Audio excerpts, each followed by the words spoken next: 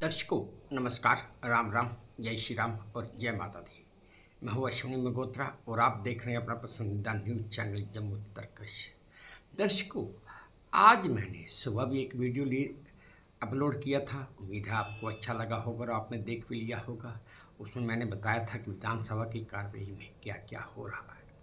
लेकिन इस समय जो मैं वीडियो अपलोड करने जा रहा हूँ या कर रहा हूँ, ये वीडियो आपको मैं ऐसी करिश्माई आवाज़ सुना रहा हूँ जिसने समझा दिया, पूरी विधानसभा को बता भी दिया और समझा भी दिया कि कोई मुद्दा कैसे रखा जाता है, उस मुद्दे की महानता या तत्परता या उस मुद्दे का विषय क्या है और वो मुद्दा ज़रूरी क्यों है। तो लीजिए दर्शकों, अब आप सुनिए उस करिश्माई आवाज़ को जिसे पूरी विधानसभा ने बड़े ध्यान से सुना और समझा भी। ऑल डिपार्टमेंट्स, और मुझे ऐसा लगता है कि ये डिपार्टमेंट इटसेल्फ श्रिंक हो रहा है। जो इसका करणीय कार्य था वो मुझे लगता है कि सिर्फ एक कार्डर बेस्ड डिपार्टमेंट रह गया है। आपने कार्डर को प्रोटेक्ट करना है और बाकी जो उनके फ्राइज हैं वो कहीं विजिबल नजर नहीं आते।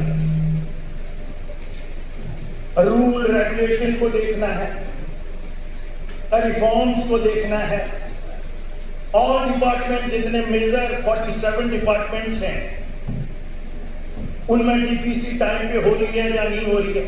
1956 के जो हमारे बिजनेस कंडक्ट रूल है उनमें लिखा गया है। हमने उसमें कोई ज्यादा कंट्रीब्यूट नहीं किया, हालांकि संख्या बढ़ी, टेक्नोलॉजी भी आ गई, उसमें मैनुअल होता था सारा कुछ। मैं सिस्टम डिस्कस कर रहा हूं, ना ऑफिसर गैलरी इसको माइंड करे, ना ऑनरेबल मिनिस्टर इनको अदरवाइज ले, कि क्या है कि ये जो हमारा कार्य क्षेत्र है उसको हम कम करते जा रहे हैं। 12 साल हो गए हैं जिस जगह पे रेगुलराइजेशन हुई। क्या ये जीएडी का है नहीं कि यहाँ पे chief secretary top of the hierarchy भी बैठे हुए थे, अदरवाइज भी बड़े ज्ञानी लोग हैं, कुछ अदर ज्ञानी हैं, कुछ महाज्ञानी भी बैठे हुए हैं, महाज्ञानी हैं। क्या बात है कि हमने अपना काम करना जो है वो छोड़ दिया है और हर आदमी को हम डिप्राइव बनाते जा रहे हैं। यहां head of the department retire होता है, इतना अड़ाकिज्म आ गया है। अगर वो डॉक्टर है तो असिस्टेंट सर्जन है। मुझे पता है जब 2009 में सरकार बनी थी तो 12 साल के बाद हमने हेल्थ की सारा बैकलॉग जो था वो निकाला था। अब दोबारा स्टैंड स्टिल है, ऐसे ही बाकी डिपार्टमेंट का है। तो मैं ऑनरेबल चीफ मिनिस्टर साहब से कहूंगा कि इसको आप क्वार्टरली बेसिस पे डिपार्टमेंट का सारा रिव्यू लें और जो बॉटलनेक है वो रिमूव करें, सो दैट जो नीचे से बॉटम लाइन से हायरार्की है, क्योंकि हमारे जो कार्डर बेस है उन्होंने तो अपनी सीनियरिटी और जो उनके मॉनिटरी बेनिफिट है वो सेट है। 24 साल के बाद यूनियन सेक्रेटरी का ग्रेड लेना है वो मिल जाता है। 28 साल में एक इंपैनलमेंट होनी है वो हो जाती है। बहुत जो लोग असली काम करते हैं जमीन पे, तो मुझे लगता है उसकी तरफ ध्यान देने की जरूरत है। यहाँ ऑनरेबल चीफ मिनिस्टर साहब से जो क्वेरी के जवाब आए, 32,000 पोस्ट जो है शैक्षिक पोस्ट वो वेकेंट पड़ी है, उसको एक्सपीडाइट किसने करवाना है और वो टाइम बाउंड मैनर में। ऑनरेबल चीफ मिनिस्टर साहब आपकी कमिटमेंट भी है कि 180 दिन में हम जो है जितनी वेकेंट पोस्ट है, हालांकि काम मुश्किल है, मैं अंडरस्टैंड कर सकता हूं, बट मुझे आप पे पूरा भरोसा है कि आप उसको एक्सपीडाइट करेंगे। और यही चीज है, जितनी भी पोस्ट हैं, चाहे वो डॉक्टर्स की हैं, पैरामेडिकल्स हैं, एजुकेशन में हैं, इवन पावर का जब आता है, मैं आपसे बात करता हूं वहां क्या हालत है हमारी। जितने भी वर्किंग डिपार्टमेंट है हमारे, वो इस हालत में है, मैं यहां डिस्कस नहीं कर सकता। असेंशियल सर्विसेज की हमारी क्या हालत है उस पर मैं आऊंगा। इसी तरीके से ट्रांसफर पॉलिसी है हमारी। जो लोग यहां से एसटी और एससी के वैली में गए थे कैटेगरी में, उस समय एक सेल्फ स्पीकिंग ऑर्डर है, अगर जीएडी रिविजन करेगी और जिस डिपार्टमेंट में है वहां पे एडमिनिस्ट्रेटिव सेक्रेटरी अगर ये तकल्लुफ उठाएंगे तो वो देखेंगे उस समय एक ऑर्डर निकला था कि 10 साल के बाद उनकी ट्रांसफर को रिविजन किया जाएगा। आज वो पोस्ट टू पिलर घूम रहे हैं, उनका कोई बारी वारिस नहीं है। अब इलेक्टेड गवर्नमेंट है, हम अपनी रिस्पॉन्सिबिलिटी को ये लोग ट्रांसफर करते हैं, हम तो शिफ्ट नहीं कर सकते। We are accountable to the people. हम अपने कर्म का निर्वाह ईमानदारी से करना चाहते हैं। मैं इनमें कोई ये नहीं कह रहा कि ये नहीं कर रहे, पता नहीं क्या कारण है, क्यों इतना स्लो पेस होता है हमारा डिस्पोजल में। तो ये दो चीजें जो हैं ऑनरेबल चीफ मिनिस्टर साहब आपको, फिर जो सबसे बड़ा जिस पे डिपेंड करती है हमारी इकॉनमी जब से ये दुनिया बनी है, finance and planning. Time to time उस पे काम हुआ, लेकिन लैक ऑफ प्लानिंग रहती है हमारी। हो सकता है पॉलिटिकल कंपल्शन तो 7 साल कोई नहीं रही ऑफिसर गैलरी पे, ये लोग इंडिपेंडेंट थे, हमें रिलेट किया जाता था और कहते थे ये पॉलिटिकल सेटअप हमें मजबूर करता है, इसलिए हम कोई हॉस्पिटल सैंक्शन करते हैं, इसलिए हम कोई स्कूल बनाते हैं। तो 7 साल में तो वो गैप जो है वो पूरे होने चाहिए थे। पैसा फंडिंग जो है वो माननीय मोदी जी और यूनियन गवर्नमेंट ने बहुत दिया, बहुत दिया। हम एक दूसरे पे ब्लेम करते रहते हैं, सिस्टम को कभी डिस्कस ही नहीं करते हैं, और ये लोग एंजॉय करते हैं कि ये लगे हुए हैं आपस में। मैं सच्ची बात बोल रहा हूं, सुनने का हिम्मत रखो। ये नहीं है वो जब आप इधर हम आपस में एंगेज हो जाते हैं वो खुश हो जाते हैं। लेजिस्लेचर इस असेंबली का काम है सरकार को, जो लोकल शासन को अकाउंटेबल बनाना, ये काम है लेजिस्लेचर मेरा।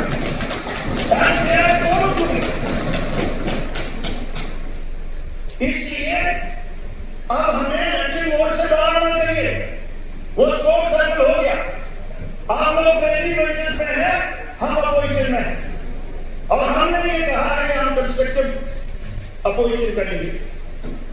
तो सर फाइनेंस का और प्लानिंग का मैंने कहा है, अगर आप देखेंगे मिसमैच है मेरे हिसाब से, मुझे करेक्ट करेंगे जब चीफ मिनिस्टर साहब जवाब देंगे। अभी तक आप अपना एक्सपेंडिचर देखेंगे तो 35% से ज्यादा नहीं है, काजू में ज्यादा होगा, लेकिन सारे बिल जो है वो ट्रेजरी में बचे हुए हैं, कैश फ्लो ही नहीं है। तो क्या कर रहा है हमारा फाइनेंशियल प्लानिंग डिपार्टमेंट?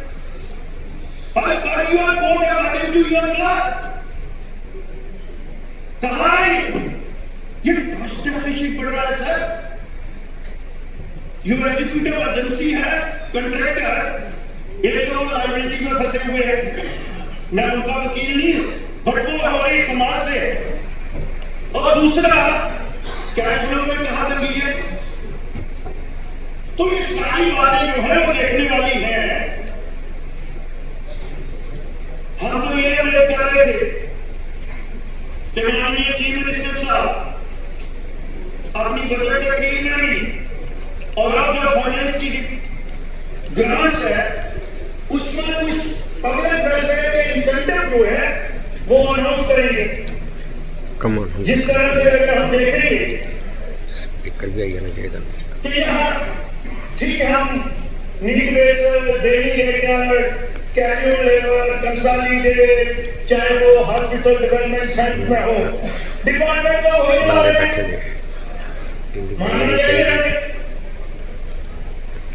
पूरे। और कम से कम अगर जब तक उनको हम रेगुलाइज करते हैं ऑनरेबल चीफ मिनिस्टर साहब, मिनिमम बेसिस एक्ट तो लागू होना चाहिए। हम उनको जो फंडामेंटल राइट है उससे कैसे डिप्राइव कर सकते हैं? हम चाहते हैं कि ह्यूमन राइट कमीशन जो है वो इंटरफेरेंस करे। हम इतने इनकॉम्पिटेंट लोग हैं यहाँ, कुछ लोगों ने धारणा बना ली है, we are not incompetent and dishonest, we are more competent and more honest than others। ये धारणा ठीक करनी होगी। तो मुझे लगता है सर इसको देखने की जरूरत है। कम से कम हमारे साथ ही जो यूटी है लद्दाख, अगर दिल्ली का नहीं हम मॉडल अडॉप्ट करते तो लद्दाख तो हमारा एक ही यूनिट था सर, उसको हमें अडॉप्ट करना चाहिए। कम से कम मिनिमम बेसिस पे उनको लेकर जाना चाहिए। तो time to time successive governments हो रही, और ऑनरेबल चीफ मिनिस्टर साहब आपने भी कोशिश की जब आप चीफ मिनिस्टर थे। कल मैं देख रहा था कि आपकी स्टेटमेंट है कि हम सेल्फ डिपेंडेंट बनेंगे, मैं अप्रिशिएट करता हूं, लेकिन एक चीज ने मुझे डिस्करेज किया कि 2013 में मैं भी आपकी टीम में था। क्या बात है, झारखंड का और हमारा उड़ीसा का जो कोल प्लॉट था क्यों नहीं फॉलो होगा वो? तो ये सारी चीजें देखने वाली हैं। और अगर आप देखेंगे आज पूरे हिंदुस्तान में टीएनटी लॉसेस जो है वो सबसे ज्यादा हमारे नेबरिंग स्टेट जो है वो इस पोजीशन में होगी। पावर सर्वल पावर हो गया। हिमाचल देखिए, हमारी पोटेंशियल इतनी है, लेकिन हम रहे इंडियस वाटर्स ट्रीटी, दूसरी ट्रीटी, इनसे बाहर आना पड़ेगा। हमें डेवलपमेंट की तरफ बढ़ना पड़ेगा। अब हमारे स्लोगन से नहीं, भाषण से काम नहीं चलेगा, लोगों को राशन देना पड़ेगा। जम्मू कश्मीर के लोग अब राशन चाहते हैं। तो मेरी जनाब से गुजारिश है कि तो ऑलरेडी बाहर से भी आया है कि जो एमनेस्टी स्कीम है, जो आप इंटरेस्ट और कंपाउंड इंटरेस्ट जो है वो मांग कर रहे हैं, वो 31 मार्च को काम करने का डिपार्टमेंट का ये तरीका है था। जब मार्च महीना स्टार्ट होता है तो रेवेन्यू रिलाइजेशन पे हम फोर्स करते हैं। डेमोक्रेसी में ऐसा नहीं होता। सरकार को 24/7 365 दिन काम करना होता है। रेवेन्यू लेना चाहिए ऑफिसर्स को, हेड ऑफ द डिपार्टमेंट को, जो एडमिनिस्ट्रेटिव सेक्रेटरी है, मंथली बेसिस पे तब प्रोग्रेस आती है।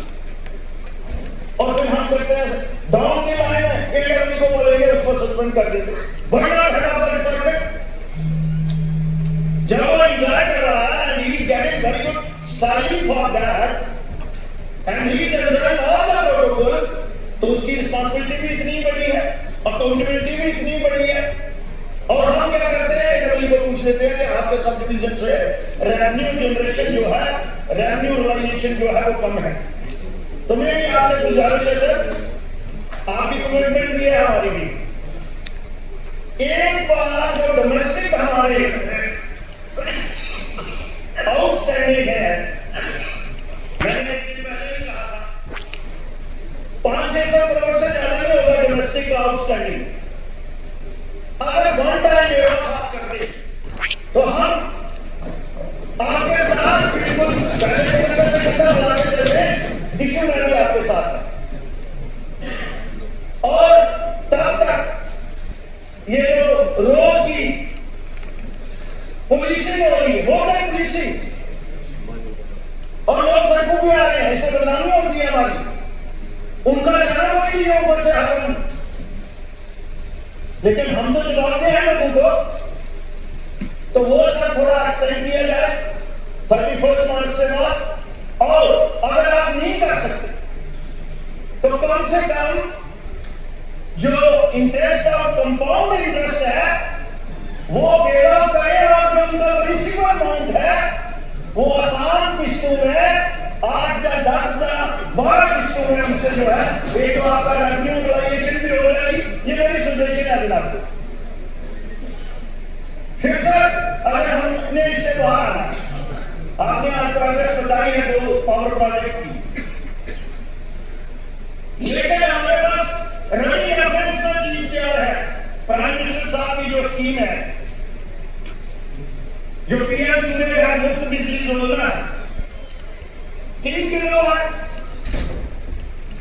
1,60,000 रुपया लगता है ऑनरेबल चीफ मिनिस्टर साहब, और उसमें 95,000 सब्सिडी जो है वो गवर्नमेंट ऑफ इंडिया ले रही है।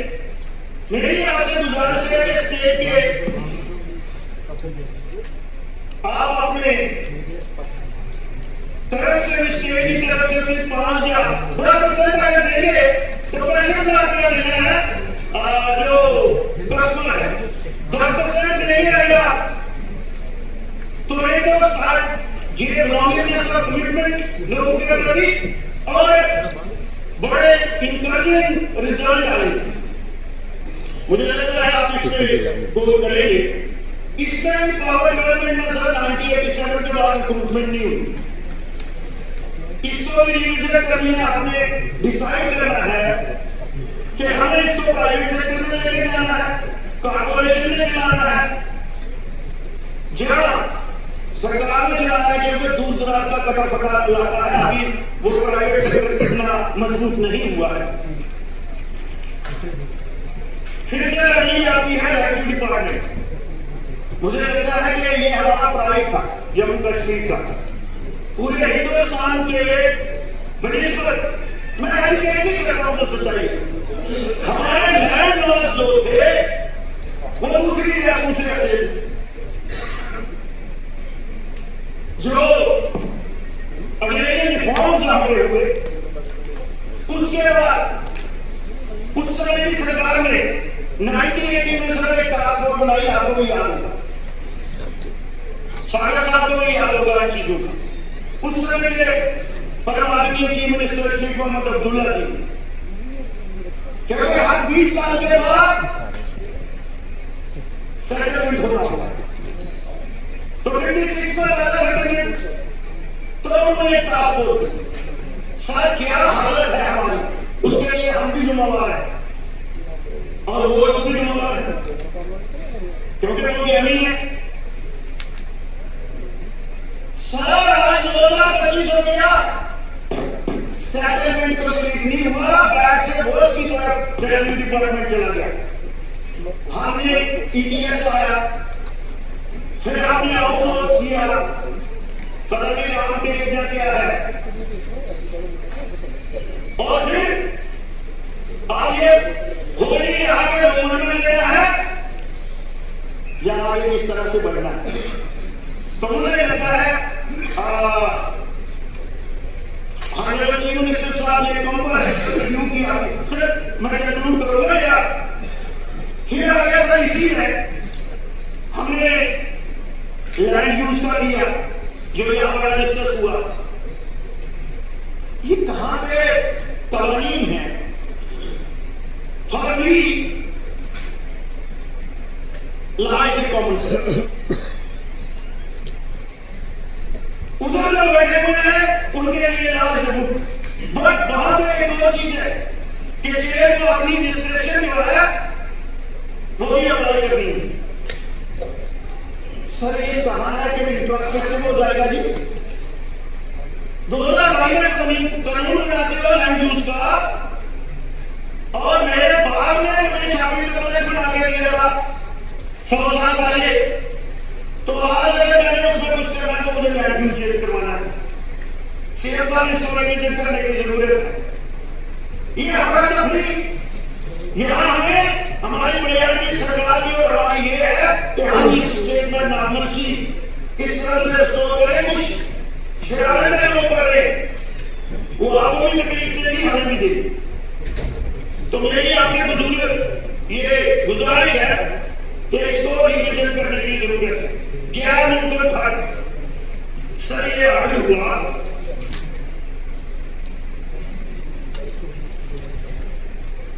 16/6/2024 को पहले से कमेटी बनी, 2 साल ये उसने अभी तक जमीन में नहीं है कि गैर मुमकिन था की डेफिनेशन क्या होती है।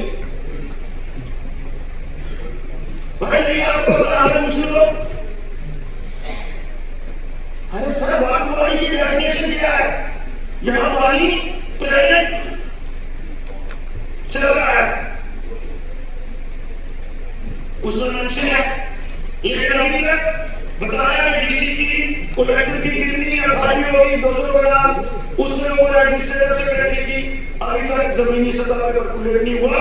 और लोग जो है ये कहीं ना कहीं एक नेक्सस है, इसको भी आने वाले चीफ मिनिस्टर साहब आपको देखना है। इसी के तरीके ये जमीन की किस्में होती है सर, गैर ऊपर जा हाथ से महीने के बाद शहर में से होता है गडकरी मेरा भी बुला है, 2 साल नहीं गया वहां जब घुसी आ गई, जब पटवारी गडकरी करता था उसमें लिखता है गैर मुमकिन जंगल जा, उसका मालिक बना दिया हमें फॉरेस्ट डिपार्टमेंट को। एक और कंफ्लिक्ट जोन विदिन क्रिएट कर दिया। ये कहां की अप्रोच है भाई?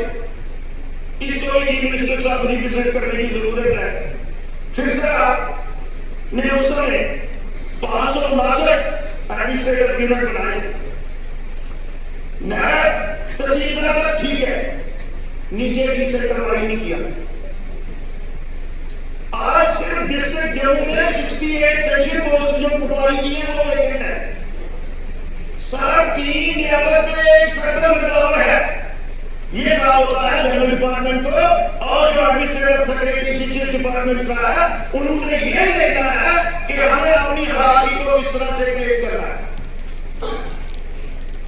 तो मुझे लगता है सर ये रिविजिट करने की जरूरत है housing and urban development. Sir मुझे चीफ मिनिस्टर साहब तजर्बा होगा कि मैं दूर दराज बॉर्डर का था, मुझे मेरी पार्टी ने शहर से टिकट दी और मैं विधायक बना, लेकिन मैं तोबा करता क्या अप्रोच है हमारी? हम रैंकिंग ऊपर आने के साथ जो हमारे गार्बेज डंपर हैं उनको हम ओपन में पड़े हुए, मैं किसी को ब्लेम नहीं कर रहा हूं, देख सकते हैं आप। अप्रोच बड़ी कैजुअल है और हम अप्रोच से काम नहीं चलेगा। आप यूनिट मार्च में आ गया तो मेरी जनाब चीफ मिनिस्टर साहब, और फिर हमने श्रीनगर डेवलपमेंट अथॉरिटी और कश्मीर जम्मू डेवलपमेंट अथॉरिटी का एरिया एक्सपेंड किया। रूरल एरिया को हमने अर्बन में कन्वर्ट करना है, उसका प्रोविजन रखना है। एलोकेशन ऑफ फंड्स क्या करते हैं, इस बार को भी 2 करोड़, इसको भी 2 करोड़। ये कहां के फाइनेंस एंड प्लानिंग के नॉर्म्स है, वहां लिखा हुआ है कि एरिया एंड पॉपुलेशन।